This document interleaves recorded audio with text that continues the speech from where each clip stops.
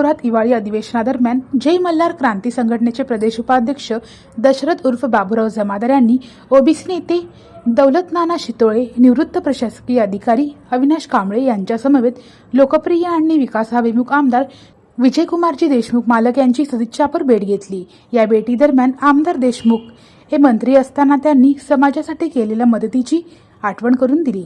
संघटनेच्या सामाजिक व विधायक कार्यावर, राजकीय भूमिकेवर चर्चा झाली। या चर्चेत समपाच्या आगामी होणाऱ्या निवडणुकीत समाजाला तिकीट देण्याची प्रमुख मागणीही करण्यात आली। या प्रसंगी भाजपचे माजी शहराध्यक्ष नरेंद्र काळे, किशोर नायडू आदी मान्यवरांसह जय मल्हार क्रांती संघटनेचे पदाधिकारी उपस्थित होते। यात संघटनेचे प्रदेश उपाध्यक्ष दशरथ उर्फ बाबूराव जमादार यांनी महत्त्वपूर्ण जबाबदारी पार पडली। यावरून जमादार हे सातत्याने समाज हिताला प्राधान्य देत असल्याचे स्पष्टपणे दिसून आले।